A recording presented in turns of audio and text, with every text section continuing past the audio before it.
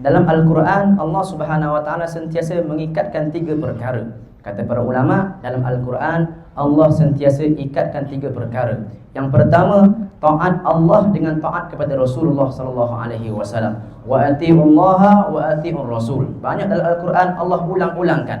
Kamu mesti taat kepada Allah dan taat kepada Rasulullah sallallahu alaihi wasallam. Dengan maksud taat kamu kepada Allah tidak sah kalau kamu ingkar kepada Rasulullah sallallahu alaihi wasallam, dan taat kamu kepada Rasulullah sallallahu alaihi wasallam, patuhnya kita kepada suruhan Nabi sallallahu alaihi wasallam adalah patuhnya kita kepada suruhan Allah Subhanahu wa taala, yakni cinta kita kepada Nabi sallallahu alaihi wasallam bermaksud cinta kita kepada Allah Subhanahu wa taala. Kemudian dalam Al-Quran juga Allah mengikatkan juga. Kata Allah Subhanahu wa taala, wa aqimus salah wa atuz zakah. Dirikanlah sembahyang dan tunaikanlah zakat. Mesti Allah ikatkan. Sembahyang mesti keluarkan zakat. Kerana apa? Kata para ulama, kerana sembahyang kita tak akan diterima oleh Allah kalau kita kedekut nak keluarkan harta kita ke jalan Allah Subhanahu wa taala. Zakat adalah kita keluarkan harta kita untuk disucikan harta kita. Wa aqimus salah wa atuz zakah. Tunaikan sembahyang dan tunaikan zakat. Kerana sembahyang kita akan tergantung kalau kita ni kedekut nak keluarkan harta kita. Sebab ramai orang boleh buat ibadah, tapi tak ramai orang boleh infakkan harta dia kepada Allah Subhanahu wa taala. Dan yang ketiga, Allah sentiasa ikatkan satu perkara, iaitu Allah ikatkan janganlah kamu mensyirikkan Allah Subhanahu wa taala dan hendaklah kamu berbuat baik kepada ibu bapa. Wa alla tusyriku bihi syai'a wa bil walidaini ihsana. Janganlah kamu sesekali mensyirikkan Allah Subhanahu wa taala. Apa itu syirik? Yakni menduakan Allah Subhanahu wa taala. Kamu sembah selain daripada Allah, itu syirik. Kamu anggap ada perkara lain yang boleh memberi manfaat ataupun mudarat, itu syirik. Kata Allah, janganlah kamu mensyirikkan Allah Subhanahu wa taala. Datang selepas itu, wabil walidaini ihsana, dan hendaklah kamu berbuat baik kepada ibu bapa kamu. Kata para ulama, bermaksud iman yang sempurna adalah iman yang disertai dengan redha mak ayah kita. Sebab itulah sabda Nabi sallallahu alaihi wasallam, ma ridallah illa biridal walidaini. Tidak adalah redha Allah, tak akan dapat redha Allah Subhanahu wa taala, yang mana dengan redha Allah ni kita masuk syurga. Tidak akan dapat redha Allah melainkan dengan redha ibu bapa kita. Maka seharusnya kita kena faham bahawasanya kita tak akan diredai oleh Allah kalau mak ayah kita tak redha kepada kita. Kalau mak ayah kita murka kepada kita, kalau kita mati dalam keadaan mak ayah kita tak redha pada kita, wal iyad billah subhanahu wa ta'ala, maka kita kena beringat, khusus untuk anak-anak muda, kita kena berbuat baik kepada mak ayah kita. Bila mana Allah sebutkan wabil walidaini ihsana, dengan ibu bapa kamu hendaklah kamu berbuat ihsan. Apa itu ihsan? Kata para ulama, ihsan ini bukan kamu balas apa yang mereka buat, bahkan kamu kena lebih lagi, melebihi kadar yang wajib. Kita wajib taat kepada mak ayah kita, kita kena buat lebih lagi. Kerana jasa mak ayah kita kepada kita tak akan terbalas, maka Allah meletakkan kamu kena berbuat perkara yang lebih daripada apa yang mak ayah kamu buat kepada kamu, dan kita tak akan mampu. Kita tak akan mampu untuk balas jasa mak ayah kita. Kerana itulah Nabi mengatakan sallallahu alaihi wasallam, la yadkhulul jannah al-'aq wa la yadkhulun nar al-bar. Orang yang derhaka kepada mak ayah dia, derhaka pada mak ayah dia. Macam mana derhaka ni? Ulama sebut derhaka ni hatta walaupun dengan perkataan uff. Kata Allah dalam Al-Quran, wala taqul lahuma uffin.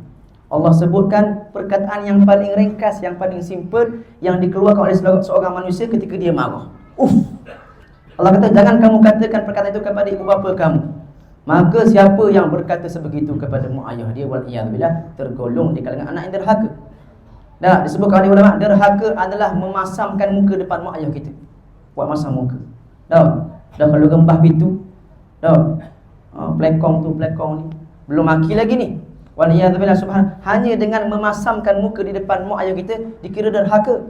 Kata Nabi SAW, anak yang derhaka tak akan masuk syurga, walaupun dia ahli ibadah, walaupun dia ahli sedekah, walaupun dia ahli masjid, walaupun dia cemerlang dalam peperiksaannya, tapi kalau derhaka kepada mak ayah tak akan masuk syurga. Waliyadzubillah subhanahu wa ta'ala. Untuk apa kita berjaya dalam peperiksaan kita, tapi kalau mak ayah kita tak redha pada kita, kita dapat periksa, Masya Allah, tabarakallah, 10A, 11A, 200A, tapi kalau Allah tak redha pada kita, dalam neraka kita, waliyadzubillah subhanahu wa ta'ala. Kata Nabi SAW, anak yang taat kepada mak ayah dia, al-bar, yang taat kepada mak ayah dia, mak ayah dia suruh buat A, dia buat A. So buat B, dia buat B, kecuali kalau mak ayah dia suruh buat maksiat. Kalau buat dosa tak boleh nak kata ikut. La ta'atillah fi ma'siyatil khaliq. Tidak ada taat, la ta'atil makhluk, la ta'atillah fi ma'siyatil khaliq. Tidak ada taat kepada Allah kalau kita bermaksiat kepada Allah Subhanahu Wa Taala. Tak boleh taat kepada makhluk. Dah, tapi kalau mak ayah kita suruh kita pergi kedai beli barang, tolong angkat tu, tolong angkat ni, kita sebagai anak wajib patuh kepada suruhannya. Kerana itulah pesan Nabi SAW, anak yang taat kepada mak ayah dia tak akan masuk neraka, walaupun dia ahli maksiat, walaupun dia banyak dosa. Bukan dosa dengan mak ayah lah, dosa benda lain dia buat. Tapi kalau mak ayah dia redha kepada dia, dia tak akan kekal dalam neraka. Sebab apa? Bila dia dah dapat redha mak ayah dia, maka Allah pun redha kepada dia. Allah tak sanggup untuk membakar anak yang diredai oleh mak ayah. Ulama terdahulu taatnya mereka kepada mak ayah mereka, sampai adab mereka terlalu tinggi. Disebutkan ada di kalangan ulama-ulama kita yang tak pernah pusingkan badan di belakang mak ayah dia. Jalan mesti menghadap, tak menghadapkan belakangnya kepada mak ayah dia. Ada ulama yang tak pernah tepis lalat mari atas mata dia, lalat hingga di muka dia, dia tak buat macam ni depan mak ayah dia. Sayyidina Uwais Al-Qarni, semua orang kenal Sayyidina Uwais Al-Qarni, yang Nabi sebutkan masyhur di langit, mastur di atas bumi. Atas bumi orang tak kenal dia, zaman dia orang tak kenal dia. Tak, tapi dia masyhur di langit, terkenal di kalangan para malaikat. Wali Allah Subhanahu Wa Taala, afdalut tabi'in, sebaik-baik tabi'in. Dia mendapat kemuliaan sehingga kan Nabi sebut nama dalam hadis. Sayyidina Uwais Al-Qarni tak pernah bertemu dengan Nabi SAW, tapi Nabi sebutkan nama dia. Sehingga Nabi suruh Sayyidina Umar dengan Sayyidina Ali, wahai Umar, wahai Ali, nanti kamu carilah seorang lelaki bernama Uwais bin Amr Al-Qarni.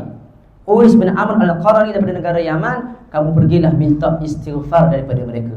Mu minta doa dengan dia, kamu akan diampunkan oleh Allah Subhanahu Wa Taala. Sayyidina Umar, Sayyidina Ali siapa? Sahabat Nabi SAW. Kita punya akidah ijma' Ahlussunnah wal Jamaah mengatakan sahabat itu lebih afdal daripada tabi'in. Tetapi Nabi suruh Sayyidina Umar, Sayyidina Ali pergi minta doa dengan Sayyidina Uwais Al-Qarni. Sedangkan dia hanya tabi'in, tak pernah bertemu dengan Nabi SAW. Kenapa dia dapat kemuliaan itu? Kerana dia taat kepada mak ayah dia.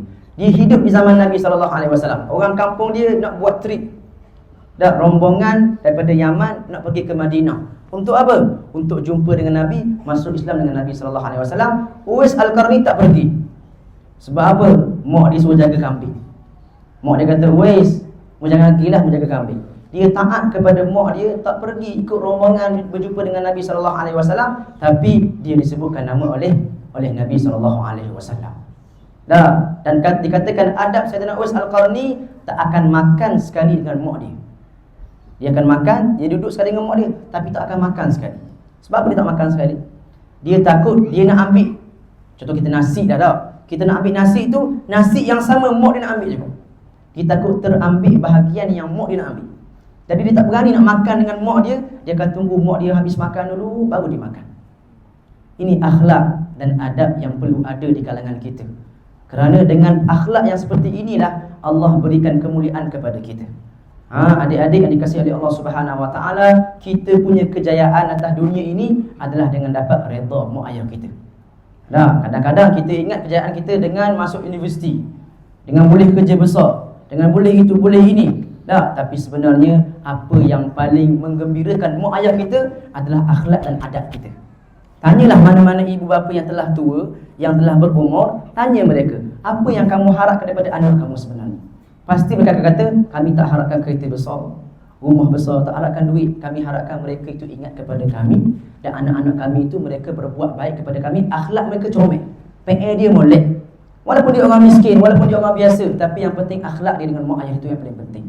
Sebab itulah untuk mak ayah pula, tadi untuk anak-anak, untuk mak ayah pula, hadiah yang terbaik seorang ibu dan ayah beri kepada anaknya apa? Apakah hadiah yang paling best sekali? Hadiah yang paling besar seorang mak dan ibu, seorang ibu dan ayah boleh beri kepada anak dia adalah akhlak yang mulia. Kerana anak tak akan jadi akhlak molek melainkan mak ayah itu akhlak molek. Sebab anak akan ikut mak dan ayah. Maka kita sebagai ibu bapa kena tunjukkan akhlak yang baik. Anak pula ada tanggungjawab dia supaya mentaati kepada kita. Maka kita kena berusaha untuk menjadi anak yang taat kepada mak ayah kita. Dengan itulah kita akan berjaya di dunia dan juga di akhirat.